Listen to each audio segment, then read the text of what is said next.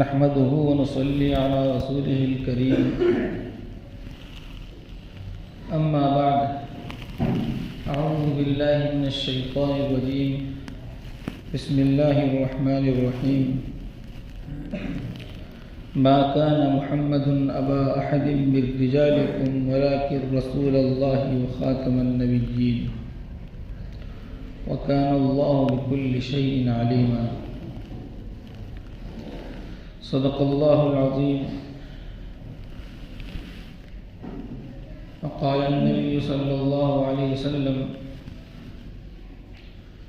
أنا خاتم النبيين لا نبي بعدي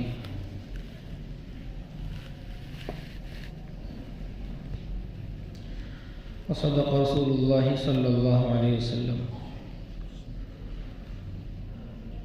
بزرگان محترم اور عزیز دوستو،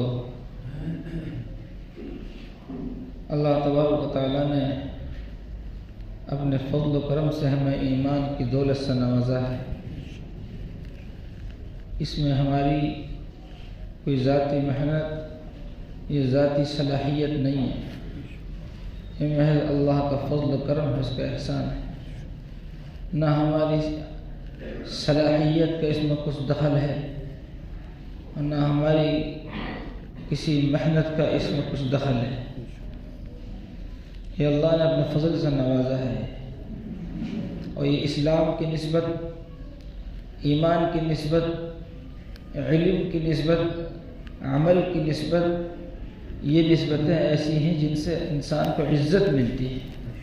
یہ عزت کی نسبتیں ہیں، اور دنیا کی عزت تو فانی عزت ہے. دنیا کی ہر نعمت فانی ہے، ختم ہونے والی ہے، لیکن وہ نعمتیں جن کی نسبتیں آخرت میں بھی باقی رہیں گی، وہ در حقیقت وہی اصلی نسبتیں ہیں. بہت سی نسبت ایسی ہیں جو قیامت میں نہیں چلیں گی. فلا انساب بینہم یومئذ ولا یتساءلون. قیامت میں یہ نسبتیں نہیں چلیں گی نسب کی، خون کی، میں سید ہوں اور میں جناب نبی زادہ ہوں وغیرہ وغیرہ. آخرت میں اگر کوئی سوچے کہ میری یہ نسبتیں چل جائیں گی، میں فلاں بزرگ کا شاگرد ہوں، فلاں پیر کا مرید ہوں، فلاں خاندان کا فرد ہوں، فلاں نبی کی اولاد میں سے ہوں، یہ نسبتیں آخرت میں نہیں چلے گی. فلا انساب بینہم یومئذ ولا یتساءلون. قیامت میں یہ نسب نامے نہیں چلیں گے. یہاں چلتے ہیں نسب نامے. آدمی اپنے نسب نامے کو دکھاتا ہے، اپنے خاندان کو بتلاتا ہے، اپنی برادری کو بتلاتا ہے، ہم فلاں برادری سے ہیں، ہم فلاں خاندان سے ہیں. لیکن وہاں یہ نسبتیں نہیں چل پائیں گی. وہاں خاندانی نسبتیں، خونی نسبتیں کوئی حیثیت نہیں رکھتی ہیں. وہاں چلے گی ایمان کی نسبت، اسلام کی نسبت، نافع علم کی نسبت، وہ علم جس پر عمل ہو اس کی نسبت.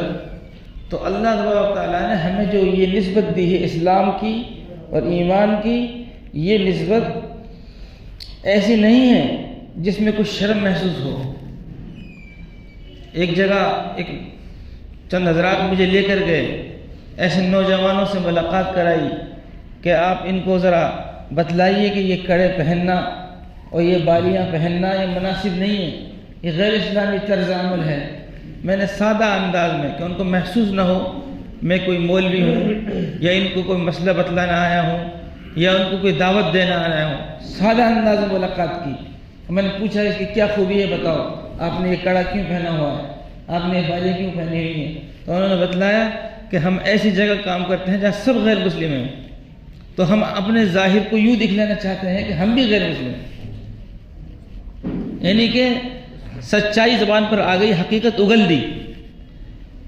ان کو اپنے آپ کو مسلمان ظاہر کرنا، اس میں شرمندگی محسوس ہو رہی ہے. بہت سے لوگوں سے پوچھو آپ داڑھی کیوں نہیں رکھتے، تو اس لیے نہیں لگتے، معلوم ہو جائے گا کہ مسلمان ہیں. آپ اسلامی لباس کیوں نہیں پہنتے، اس لیے نہیں پہنتے کہ پتہ چل جائے گا کہ مسلمان ہیں. کہیں نہ کہیں کسی نہ کسی طریقے سے بات چھپی رہے. یہ نسبتیں ایمان اور اسلام کی نسبتیں ایسی نہیں جن کو ڈھکا جائے، جن کو چھپا جائے. اگر ہم نے ان نسبتوں کو ڈھکنے کی کوشش کی، چھپانے کی کوشش کی، یا اس میں ہم نے شرمندگی محسوس کی، تو یہ حق سے منہ موڑنے کی علامت ہے، حق سے پھرنے کی علامت ہے، حق کو تسلیم نہ کرنے کی علامت ہے۔ اگر کوئی آدمی اس کو یہ آفر ملے کہ تو اللہ والا ہے، اللہ تیری دعا سنے گا، اللہ تجھ سے محبت کرتا ہے، تو بتائیے اس سے اونچی کوئی نسبت ہو سکتی ہے؟ اب اس کو بھی وہ ظاہر کرنے میں اگر شرمندگی محسوس کرے گا تو پھر اس کا ایمان کہاں ایمان رہا؟ کس بات کا اس کو اسلام ہے؟ جو آدمی اپنا آپ کو مسلمان ظاہر کرنے میں شرم محسوس کرے وہ کس بات کا مسلمان ہے؟ جو آدمی اپنے ایمان والے ہونے کو ظاہر کرنے پر شرم محسوس کرے وہ کس بات کا مومن ہے؟ غیر مسلموں میں ہوں تو اپنے ایمان کو ظاہر کرنا، اپنے اسلام کو ظاہر کرنے میں فخر محسوس کرے۔ عیسائیوں میں بیٹھے ہیں تو اپنے آپ کو امت محمدیہ ہونے کو ظاہر کرنے میں شرم محسوس نہ کریں۔ یہودیوں میں بیٹھے ہیں تو اپنے آپ کو امت محمدیہ میں ہونے کا جو شرف اللہ نے دیا ہے اس کو ظاہر کرنے میں شرم محسوس نہ کریں۔ ڈنکے کی چوٹ پر ظاہر کرنے والی نسبتیں ہیں۔ میں یہ عرض کر رہا ہوں، ہم مسلمان ہیں، ہم صاحب ایمان ہیں، ہمیں اللہ نے اسلام سے نوازا ہے، ایمان سے نوازا ہے، تو ہم ڈنکے کی چوٹ پر ظاہر کریں اپنی نسبتوں کو۔ ہم ڈنکے کی چوٹ پر کہتے ہیں مسلمان ہیں، ہم ڈنکے کی چوٹ پر کہتے ہیں مومن ہیں، ہم اللہ کے نبی حضرت محمد رسول اللہ صلی اللہ علیہ وسلم کی امت میں ہیں۔ اصل بات پر آنے سے پہلے ایک بات اور عرض کروں۔ کچھ نسبتیں ایسی ہوتی ہیں جہاں آدمی ہلکی سی شرم محسوس کرتا ہے، ہلکی سی حیا۔ مثال کے طور پہ ایک آدمی ہے، وہ کوئی ایسا کام کاج کر رہا ہے جو عام طور پر کوئی فخر کا کام نہیں ہے، کوئی ایسی جاب کر رہا ہے جو کوئی فخر کی جاب نہیں ہے، حلال کمائی تو حلال ہے، کوئی بھی ہو، چاہے وہ لکڑی پھاڑ رہا ہو، چاہے وہ محنت کر رہا ہو، مزدوری کر رہا ہو، کوئی شرم کی بات نہیں ہے، لیکن پھر بھی ایک عام معاشرے میں اس کو کوئی بڑا کام نہیں سمجھا جاتا ہو۔ کالے کپڑے پہنے ہوئے ہیں، روڈ پر گاڑی کے نیچے لیٹا ہوا ہے، تیل اس کے اوپر ٹپک رہا ہے، زمین پر اس کا سر پڑا ہے اور لیٹ کر وہ گاڑی بنا رہا ہے، سب جانتے ہیں مستری ہے، کام کر رہا ہے، حلال کمائی ہے، بہت اچھا۔ لیکن برابر میں جو نوجوان زرق برق لباس میں جی اور سج دھج کر کھڑا ہے، کسی دوست کے انتظار میں وہ آ گیا اور ابھی پوچھے کہ اس سے آپ کا کیا رشتہ ہے، اور رشتہ اس کا سالہ بہنوئی کا ہو کہ جو گاڑی کے نیچے لیٹ کر کام کر رہا ہے وہ بہنوئی صاحب ہے، اور یہ تن و من نوجوان زرق برق لباس میں خوبصورت یہ اس کا سالہ ہو، تو عام طور پر یہ دیکھا جاتا ہے کہ وہ یہ نسبت ظاہر کرنے میں تو شرم سے محسوس کرے گا کہ میں اس کا سالہ ہوں۔ ہونی نہیں چاہیے۔ میں اس بات کو غلط نہیں کہہ رہا، میں اس کام کو غلط نہیں کہہ رہا، لیکن عام طور پر ایسا ہوتا ہے۔ ایک مثال اور دیتا ہوں آپ کو۔ میں یہیں کھڑا ہوا تھا، ایک صاحب عام آدمی مزدوری کرنے والے جن کا معاشرے میں کوئی خاص مقام نہیں، تو انہوں نے ان سے سلام دعا ہوئی، ملاقات ہوئی، تو انہوں نے بتلایا کہ فلاں جو صاحب ہیں، ایک بہت بڑے صاحب کے بارے میں کہا کہ وہ میرے سالے ہیں، اپنا تعارف کرایا، جو فلاں صاحب ہیں جی وہ میرے سالے ہیں۔ اچھا، بہت اچھا، اب میں تو پی گیا، کوئی مسئلہ نہیں، لیکن میرے پاس ایک صاحب اور کھڑے ہوتے سیدھے، بہت سے لوگ فوراً بول دیتے ہیں نا جی منہ پھٹ، تو انہوں نے فوراً کہا ارے تم کہاں اور وہ کہاں، وہ تو بہت بڑے ہیں، وہ تو ایسے ہیں، ان کا کام تو یہ ہے۔ تو آدمی کو تھوڑا سا تعجب بھی ہوتا ہے جب رشتہ اتنا قریبی ہو اور جس کو بتایا جا رہا ہے وہ بہت اونچا آدمی ہے، اور جو کام کاج کرنے والا جو اپنی نسبت بتا رہا ہے وہ نسبت چھوٹی ہے۔ تو دنیاوی نسبتوں میں بعض مرتبہ بعض جگہ ہلکی سی حیا یا شرم محسوس ہوتی ہے، ایسا ہوتا ہے۔ ہاں، اگر یہی نسبت ایسی ہو کہ اس کی وجہ سے میری عزت بڑھ رہی ہو کہ صاحب وہ بہت اونچے مقام پر ہیں، دینی یا دنیاوی کسی عہدے پر ہیں، بہت بڑا عالم ہے یا بہت بڑے عہدے پر ہیں تو آدمی پھر جلدی سے کہتا ہے کہ میرے بہنوں ہی ہیں، وہاں جلدی سے کہتا ہے۔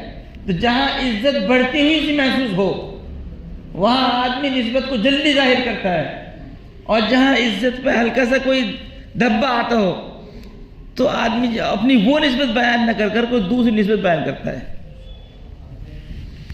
تو میرے عزیزوں میرے دوستو، میں یہ عرض کرنا چاہ رہا تھا، ہماری نسبت جو ایمان کی طرف ہے، ہماری نسبت جو اسلام کی طرف ہے، ہماری نسبت جو حضرت محمد رسول اللہ صلی اللہ علیہ وسلم کی طرف ہے، وہ نسبت کوئی ایسی نسبت نہیں ہے جس کو ہم ظاہر کرنے میں کچھ شرم محسوس کریں۔ اب آئیے اصل مدعا پر۔ میں نے جو عرض کرنا چاہ رہا ہوں وہ یہ، جیسے ہم مسلمان ہیں ویسے ہی ہم اللہ کے نبی صلی اللہ علیہ وسلم کی امت میں بھی مسلمان ہونے کے لیے جیسے یہ لازم ہے کہ اللہ ایک ہے، وحدہ لا شریک لہ ہے، یہ لازم ہے کہ نہیں؟ بالکل لا۔ ایک آدمی یہ کہے صاحب میں اللہ کو تو مانتا ہوں، اللہ کو مانتا ہوں، میں دعا اللہ سے ہی مانگتا ہوں، میں اللہ کو معبود مانتا ہوں، لیکن ساتھ ساتھ ان کو بھی مانتا ہوں معبود، وہ اور بھی چند مانتا ہے، اسی کے نام تو شرک ہے۔ شرک اسی کا تو نام ہے، اللہ کے ساتھ کسی اور کو اس کی خدائی میں شریک کرنا۔ کہ صاحب مالک خالق معبود تو اللہ ہے، لیکن اولاد دینے والے فلاں ہیں۔ مالک معبود اور خالق تو اللہ ہے، لیکن رزق روٹی دینے والا فلاں ہے۔ یہ امیدیں قائم کرنا دوسری جگہوں سے، دوسری ذاتوں سے، یہ کسی کا نام شرک ہے۔ تو مسلمان ہونے کے لیے یہ لازم ہے کہ اللہ کو ماننے کے ساتھ ساتھ اس کو ایک مانے، توحید میں کھڑا ہو، لا الہ الا اللہ وحدہ لا شریک لہ۔ ہم اللہ کو معبود مانتے ہیں، وہ اللہ جو یکتا ہے، اس کا کوئی شریک نہیں ہے۔ تو کلمے میں پہلے جز میں ایمان میں اللہ کو معبود ماننے کے ساتھ ساتھ یہ لازم اور ضروری ہے کہ اللہ کے علاوہ کوئی دوسرا خالق نہیں، کوئی مالک نہیں، کوئی رازق نہیں، کوئی معبود نہیں، عزت دینے والا اور کوئی نہیں، موت و زندگی کا مالک صرف اور صرف اللہ ہے۔ ویسے ہی رسالت بھی دوسرا جز محمد الرسول اللہ، اس میں جہاں یہ ماننا لازم ہے کہ حضرت محمد رسول اللہ صلی اللہ علیہ وسلم کو ہم نبی مانتے ہیں، رسول مانتے ہیں، وہاں ساتھ ساتھ یہ بھی لازم اور ضروری ہے کہ حضرت محمد صلی اللہ علیہ وسلم اللہ کے آخری نبی ہیں۔ کیا جی؟ حضرت محمد رسول اللہ صلی اللہ علیہ وسلم نبی ہیں، اور نبی آخر الزمان ہے، آپ کے بعد کوئی نبی پیدا ہونے والا نہیں۔ یہ ہمارا بالکل دو ٹوک عقیدہ ہے، بالکل دو ٹوک عقیدہ ہے۔ جب آپ قرآن کھولیں گے تو قرآن کیا کہتا ہے؟ ما کان محمد ابا احد من رجالکم ولکن رسول اللہ وخاتم النبیین، کہ محمد صلی اللہ علیہ وسلم تمہارے کوئی نسبی والد نہیں ہے، تمہارے والد نہیں ہے، باپ نہیں ہے، وہ اللہ کے رسول ہیں۔ کیا ہے؟ اور خاتم النبیین ہیں۔ اور کیا ہے جی؟ خاتم النبیین ہے۔ قرآن نے بالکل دو ٹوک یہ مسئلہ، یہ عقیدہ کہ ہمارا کیا ہے جی؟ عقیدہ ہے، صاف طور پر بیان کر دیا کہ حضرت محمد رسول اللہ صلی اللہ علیہ وسلم اللہ کے آخری نبی ہیں۔ جب آپ حدیث دیکھیں گے، یہ ایک آیت نہیں ہے، اور بہت ساری آیات ہیں، ایک آیت میں نے پڑھ دی۔ جب احادیث دیکھیں گے تو بہت ساری احادیث آپ کو ملیں گی۔ آپ صلی اللہ علیہ وسلم نے فرما دیا انا خاتم النبیین لا نبی بعد، یہ ایک حدیث کا ایک حصہ ہے۔ فرما دیا کہ میں آخری نبی ہوں، میرے بعد کوئی نیا نبی پیدا ہونے والا نہیں۔ اور پھر اس کے علاوہ اور بہت ساری احادیث ہیں جن میں آپ نے مختلف مثالوں سے، ایک مرتبہ غزوہ تبوک کے موقع پر آپ جب تبوک پر تشریف لے جا رہے ہیں تو آپ نے جانشینی حضرت علی رضی اللہ عنہ کو دے کر گئے، پیچھے سے مدینہ پاک مسجد نبوی میں امام بنا کر، مسلمانوں کو ذمہ دار بنا کر، تو حضرت علی رضی اللہ عنہ کو تھوڑا سا دل ایسا ہو رہا تھا کہ میں بھی ساتھ جاتا حضور کے ساتھ جہاد میں یہی رہوں گا، تو حضور پاک صلی اللہ علیہ وسلم نے ان کو خوش کرنے کے لیے اور ان کو دلاسا دینے کے لیے فرمایا تم اس بات سے خوش نہیں ہو کہ تمہاری مثال ایسی ہے جیسے موسیٰ علیہ السلام کے بعد ان کے بھائی ہارون کی مثال، موسیٰ علیہ السلام کو طور پر گئے تو اپنے بھائی کو اپنے وارث اپنے جانشین بنا کر گئے، میں بھی تیرا ہمارا بھی درمیان بھی چچا بھتیجے کا چچا زاد کا رشتہ ہے، تو میرے چچا کا بیٹا ہے، ہم بھی چچا تایا کے حساب سے بھائی ہیں، میں آپ کو اپنے جانشین چھوڑ کر جا رہا ہوں دلاسا دینے کے لیے، لیکن ساتھ ساتھ یہ فرمایا انہ لا نبی بعدی کہ نسبت تو تجھے یہ بتا دی میں نے، لیکن دھیان رکھنا میرے بعد کوئی نبی نہیں۔ کئی مثال دی تعمیر کی، ایک تعمیر عمارت ہو اور اس میں ہر طرف سے کامل مکمل ہو، صرف اور صرف اینٹ کی جگہ ایک اینٹ کی کمی ہو، تو فرما دیا کہ وہ آخری اینٹ میں ہی ہوں، اب یہ نبوت کا محل تعمیر مکمل ہو چکا، اب اس میں کسی اینٹ کی گنجائش نہیں ہے۔ آپ حضرت حاضر دماغ ہیں، بات سمجھ میں آ رہی ہے نا؟ اس کو کہتے ہیں عقیدہ ختم نبوت۔ کیا کہتے ہیں جی؟ عقیدہ ختم نبوت۔ کوئی ذرہ برابر گنجائش نہیں ہے اس میں سمجھوتا کی۔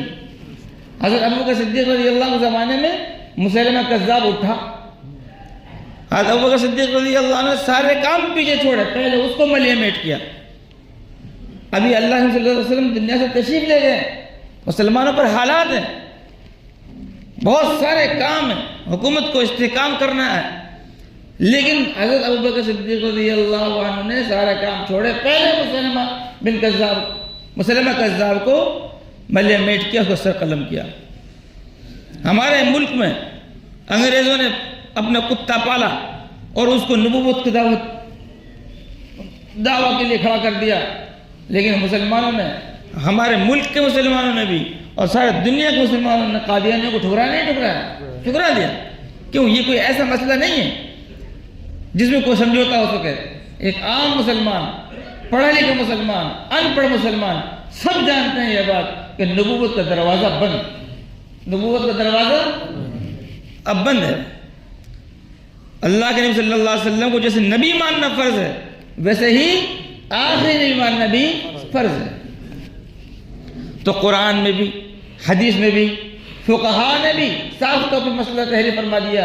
امام ابو حنیفہ رحمۃ اللہ علیہ فرماتے ہیں اگر کوئی آدمی نبوت کا دعویٰ کرتا ہے اور یہ کوئی آدمی اس سے دلیل طلب کر لے کہ تو تیرے نبی ہونے کی دلیل دے دے، جس کا مطلب یہ ہوتا ہے کہ تو دلیل دے گا تو مان لیں گے،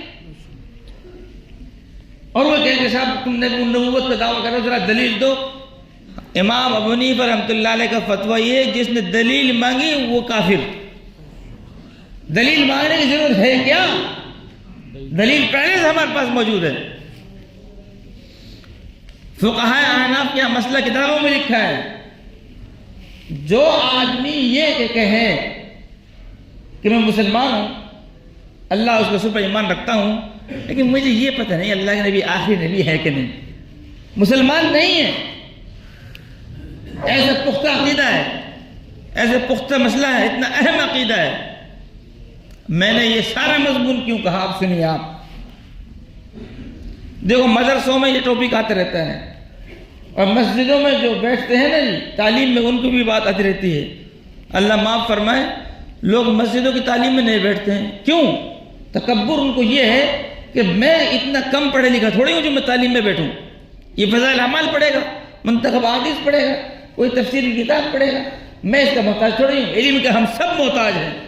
آپ اندازہ لگائیے جب اللہ تبارک تعالیٰ اپنے نبی سے کہہ رہا ہے کہ اے میرے نبی یہ دعا کرو رب زدنی علما، اے اللہ مجھے میرے علم میں اضافہ عطا فرما۔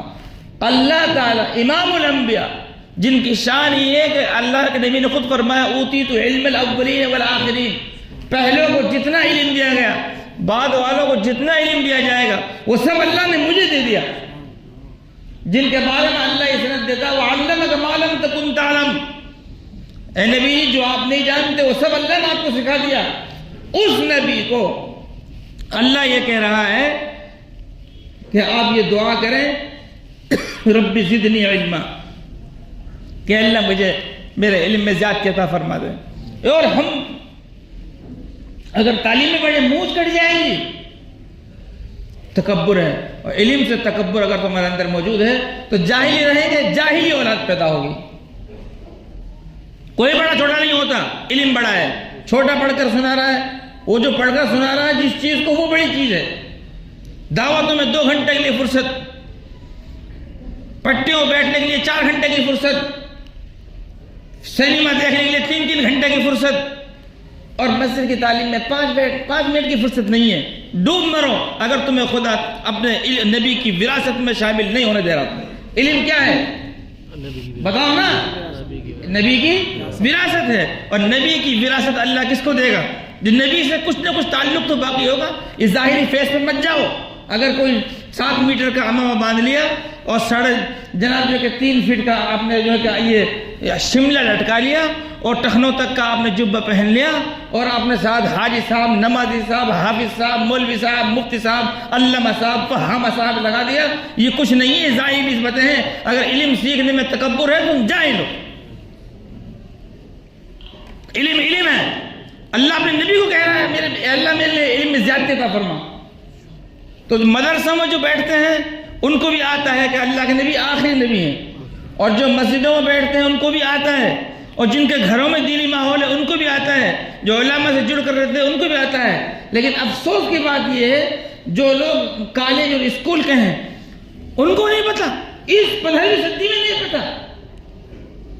یہیں قریب میں مسجد کا نام نہیں لوں گا، ایک جگہ پر پروگرام رکھا گیا تحفظ ختم نبوت کا. اب تحفظ ختم نبوت ہر مسلمان کا مسئلہ ہے، تو علاقہ والوں نے منع کر دیا ہماری مسجد میں اس عنوان سے بیان نہیں ہوگا. تم کلمہ پڑھنے کے لیے منع کرو گے؟ تم نماز پڑھنے کے لیے منع کرو گے؟ عقیدہ ختم نبوت ہر مسلمان کا مسئلہ ہے، ہر صاحب ایمان کا مسئلہ ہے. اور جس طرح سے یہ ماننا فرض ہے کہ اللہ کے نبی رسول ہے، نبی ہے، ویسے ہی یہ ماننا بھی فرض ہے کہ اللہ کے نبی حضرت محمد رسول اللہ صلی اللہ علیہ وسلم آخری نبی. وہ وہاں تک بولے تو ان کو پتہ چلے گا کیا ہے، آخری نبی ہیں. یہ ہمارے عزت کا مسئلہ ہے. اس میں کیوں آپ کو ذلت ہو رہی صاحب؟ میں نے وہ مثال دی نا جی، کچھ نسبتیں ایسی ہوتی ہیں جہاں کچھ شرم ورم آ جاتی ہے، لیکن یہ ایمانی نسبتیں ہیں، یہاں کسی شرم کی ضرورت نہیں ہے. اب استھتی یہاں تک پہنچ گئی ہے، ہمارے پاس رات دن ایسی باتیں آتی ہیں، کالجوں میں پڑھنے والے، اسکولوں میں پڑھنے والے، کوئی بھی آدمی آ کر کہتا ہے فلاں نبی ہے، وہ مان لیا. کوئی شکیلی ہو گیا، کوئی قادیانی ہو گیا، کوئی کچھ ہو رہا ہے. کیوں؟ شرم محسوس ہو رہی ہے نا عقیدہ سیکھنے میں، علم سے جڑنے میں شرم محسوس ہو رہی ہے. اس لیے میرے دوستو، یہ ایک ایسا ٹاپک ہے جس کو ہم اپنے بچوں کو، اپنے بڑوں کو، اپنے برابر والوں کو، خود کو ہمیشہ ہر وقت واقف کرتے رہنے کی، کراتے رہنے کی ضرورت ہے کہ ہم جیسے مسلمان ہیں، جیسے اللہ پر ایمان رکھتے ہیں، جیسے نبی پر ایمان رکھتے ہیں، ویسے ہی ہمارا عقیدہ یہ بھی ہے کہ حضرت محمد رسول اللہ صلی اللہ علیہ وسلم اللہ کے آخری نبی ہیں. قرآن میں بھی یہی ہے، حدیث میں بھی یہی ہے، محدثین بھی یہ کہتے ہیں، فقہا بھی یہ کہتے ہیں، قرآن بھی، خدا بھی، رسول بھی، سب نے یہ کہا ہے کہ اللہ نے صلی اللہ علیہ وسلم آخری نبی ہیں. اس عنوان پر کل بروز سنیچر کو سی اسکیم میں ریزیڈنسی جو مسجد ہے وہاں اسی عنوان پر پروگرام ہے 9:30 بجے تک، عشاء کے بعد سے 9:30 بجے، 9:30 بجے تو ہو جائے بات ختم، صرف 1 گھنٹہ کا پروگرام ہے. اس لیے آپ حضرات سے میری درخواست ہے کہ سی اسکیم کی جو مسجد ہے ریزیڈنسی، اس مسجد راعیان میں، اس میں سب عشاء کی نماز وہاں پڑھیں اور اس پروگرام میں ضرور شرکت کریں. دارالعلوم دیوبند سے وہاں کے ایک استاد ہیں، وہ تشریف لا رہے ہیں اور ان کا بیان ہوگا، اور اسی عقیدہ ختم نبوت کی اہمیت کو بیان کیا جائے گا. آپ سب حضرات ان شرکت کریں گے انشاءاللہ. اللہ تعالیٰ مجھے بھی اور آپ کو عمل کی توفیق عطا فرمائے. وآخر دعوانا الحمدللہ رب العالمین.